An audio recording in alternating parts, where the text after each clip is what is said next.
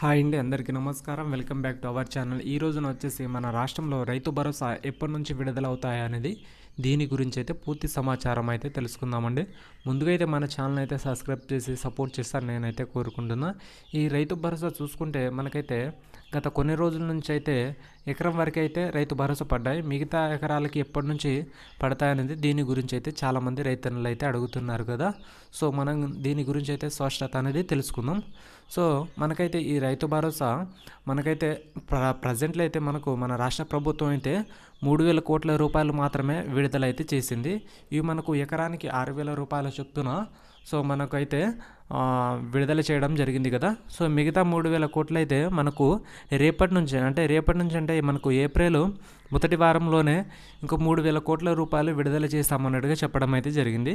ఆ 3,000 కోట్ల రూపాయల్లో మనకు 2 ఎకరాల నుంచి దరిదాపులు మనకైతే 5 ఎకరాల లోపు అయితే మనకైతే రైతు భరోసా వచ్చే సూచనలు అయితే ఉన్నాయండి. సో దీన్ని అయితే మీరు గమనించగలరు. మిగతా 3,000 కోట్ల రూపాయలు అనేవి మనకైతే ఏప్రిల్ అంటే చివరి వారంలో అయితే మొత్తానికి ఏప్రిల్ నెల పూర్తయ్యే లోపు అయితే ఈ రైతు భరోసా వచ్చే సూచనలు అయితే ఉన్నాయండి. సో గతంలో చూసుకుంటే చాలామంది రైతన్నులు మనకు అడుగుతున్నారు. సో మాకు 5 ఎకరాలు పట్టా కలిగి ఉంటే మాకు 6,000 రూపాయలు మాత్రమే పడ్డాయి, మిగతా పైసలు పడవా అని చాలామంది అయితే రైతన్నులు అడుగుతున్నారు కదా. సో దీని గురించి అయితే చాలా స్పష్టత అయితే తెలుసుకుందాం. సో ముఖ్యంగా అయితే మనకు గతంలో రాష్ట్ర ప్రభుత్వం ఏం చేసిందంటే ఒక ఎకరం పట్టా కలిగిన రైతులకు మాత్రమే రైతు భరోసా వచ్చేవి. 5 ఎకరాల పట్టాకి అయితే వాళ్ళకి చాలా టైం తీసుకునేది. సో వాళ్ళకి తర్వాత పడేది. ఈసారి ప్రభుత్వం అందరికీ సమానంగా న్యాయం జరిగేలా ఒక ఎకరం పట్టా కలిగిన, 2 ఎకరాల పట్టా కలిగిన, 10 ఎకరాల పట్టా కలిగిన ఎకరం భూమి ఉన్నంత వరకే వాళ్ళకి రైతు భరోసా ఇవ్వడం అయితే జరిగింది. సో దాన్ని దృష్టిలో పెట్టుకుని మన రాష్ట్ర ప్రభుత్వం అయితే ఇప్పుడైతే ఎకరానికి అయితే 6,000 రూపాయలు అయితే మన యాసంగికి సంబంధించి రైతు భరోసా ఇవ్వడం అయితే జరిగింది. మనకు వానాకాలం సంబంధించి అయితే మనకు ఈ రైతు భరోసా కాగానే మనకు జూన్ లేదా జూలైలో విడుదల చేసే సూచనలు అయితే ఉన్నాయండి.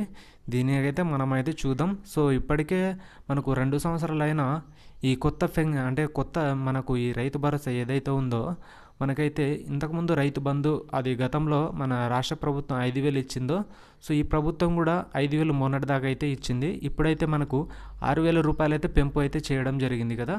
సో చాలా వరకు మన రైతన్నులు అయితే చాలా వరకు అయితే సాటిస్ఫాక్షన్ అయ్యారు. సో ఎందుకంటే గతంకు పోల్చుకుంటే ఒక ఎకరానికి మనకైతే 1,000 రూపాయలు పెంచడం అయితే జరిగింది. కాకపోతే హామీలో అయితే 7,500 చెప్పి మనకైతే 6,000 ఇస్తున్నారు కదా అని చాలామంది రైతన్నులు అయితే అడుగుతున్నారు కదా.